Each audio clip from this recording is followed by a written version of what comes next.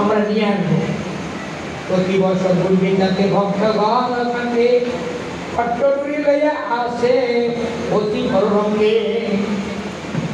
তবে জগন্নাথ ঠাই বলিয়া সিংহাসনে মহাপ্রভু ঘরে আইয়া লইয়া ভক্তগণে এই মত ভক্তগণে দয়া দেখাইল।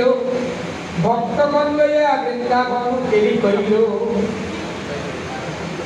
শ্রী চৈতন্য গোসাই লীলা অনন্ত অপার, সহস্র বদন যা নাহি পায় পার।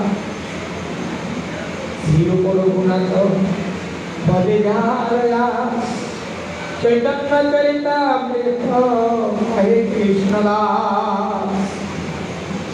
দিনে এবং প্রথম দিনে যখন রথের উপরে জগন্নাথ আরোহণ করলেন, উল্টু রথ যেটাকে আমরা বলি, তখন মহাপ্রভু তার সাঙ্গ পাঙ্গ বল সকলকে নিয়ে আবার নৃত্য কীর্তন করলেন। নৃত্য কীর্তনের পরে বিভিন্ন নবদ্বীপ থেকে ভক্তরা এসেছেন, তাদেরকে দায়িত্ব ভার বন্টন করে দিয়ে এখানেই সমাপ্ত করলেন। এইখানে রহিল গ্রন্থ অমৃত লহরী, বদনে বলিয়া সবাই বল হরি হরি।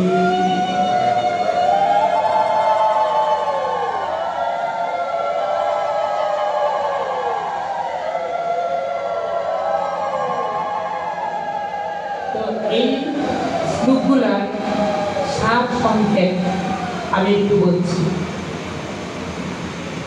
মহাপ্রভু পুরীধামে অবস্থান করছেন মায়ের আদেশে। মা বলছেন যে বাবা তুমি বৃন্দাবনে থাকো না, তুমি পুরীধামে থাকো। পুরীধামে থাকলে নবদ্বীপ থেকে ভক্তরা যাবে, আমি তোমার খবর দেবো। যে মা এবং ছেলে মধ্যে যে কি প্রেম আছে, কি আমাদের প্রেম আছে ছেলে পিতার সাথে, মেয়ে মার সাথে, বাবার সাথে, এরকম প্রেম যা বলে তা শুনি। কালের কথা এই অবস্থান যদি আমরা ফিরে পেতে চাই, আমাদেরকে কৃষ্ণ ভাবনায় ভাবিত হয়ে ভক্ত হতে হবে। ছিল অভয় চরণাবৃন্দ ভক্তি বেদান্ত স্বামী প্রভুপাদ। প্রভুপাদ এই সংগঠনটা তৈরি করেছেন, নামকরণটা কিরকম, যাতে আমরা সবসময় কৃষ্ণ ভাবনায় থাকতে পারি। আমাদের চিত্তটা সব সময় 24 ঘন্টা যাতে ভগবতের চিন্তা আমাদের হৃদয়ে থাকে, সেই ব্যবস্থা তিনি করে গেছেন। অভয় চরণাবৃন্দ ভক্তি বেদান্ত স্বামী প্রভুপাদ। প্রভুপাদ এত সুন্দর 10,000 বছর কি হবে সেই দৃষ্টান্ত তিনি লিপিবদ্ধ করে গেছেন, মাস্টার প্ল্যান করে গেছেন। আপনি আমি ভক্ত হতে নাও পারি, কিন্তু ভগবানের আদেশ, ভক্তের মাস্টার প্ল্যান কখনো বৃথা যাবে না, তা সম্মিলিত হবে।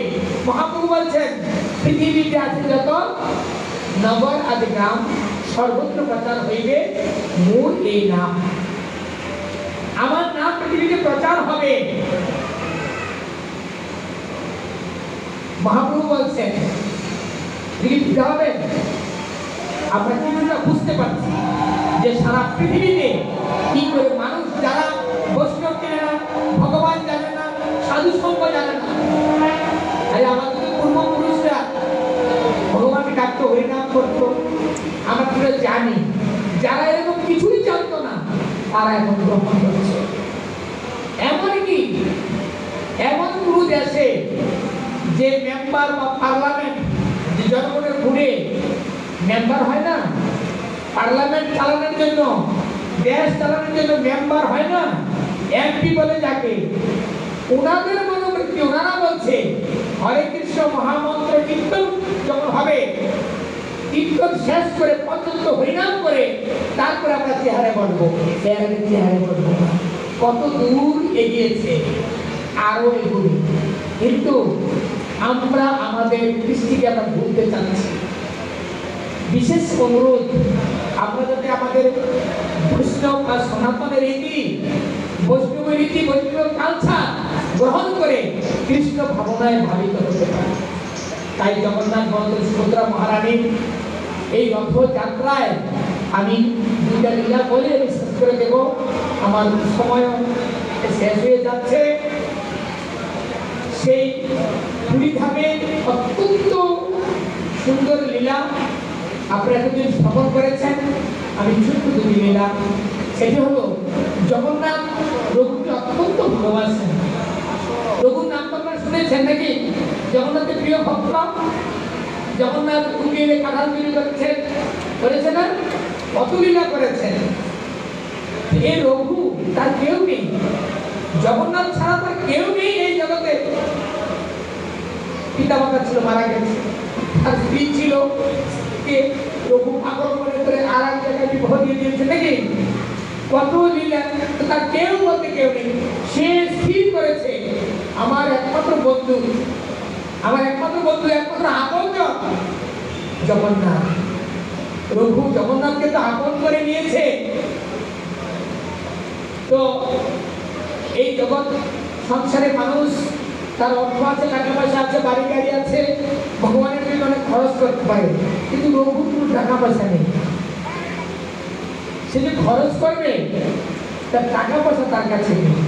সে বললো একদিন যে জগন্নাথকে কত বড় বড় মালা দেয় মানুষ, আমি যদি মালা জগন্নাথকে দিতে পারতাম।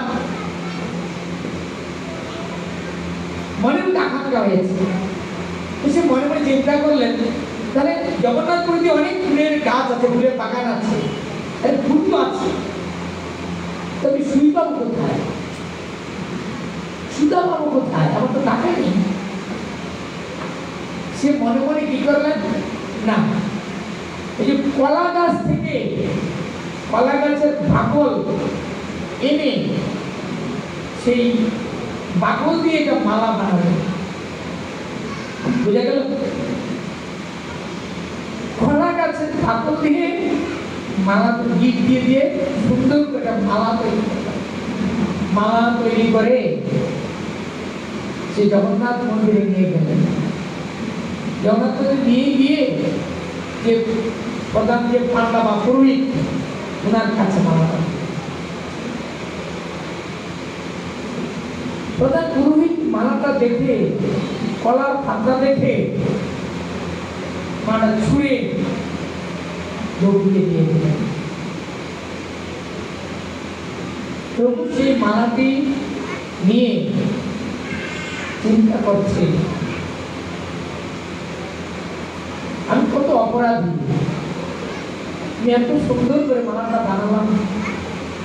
সে এটা বলে নাই যে এই ঠাকুর করতে আমার মালাটা পরাই দিল না।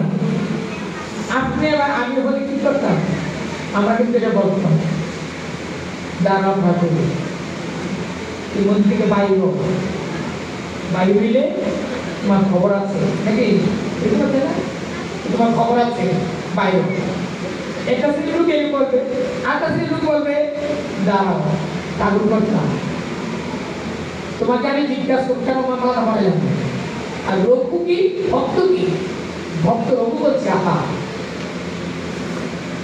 আমার ভাগ্যটা এত খারাপ, আমার গ্রহণ করবো।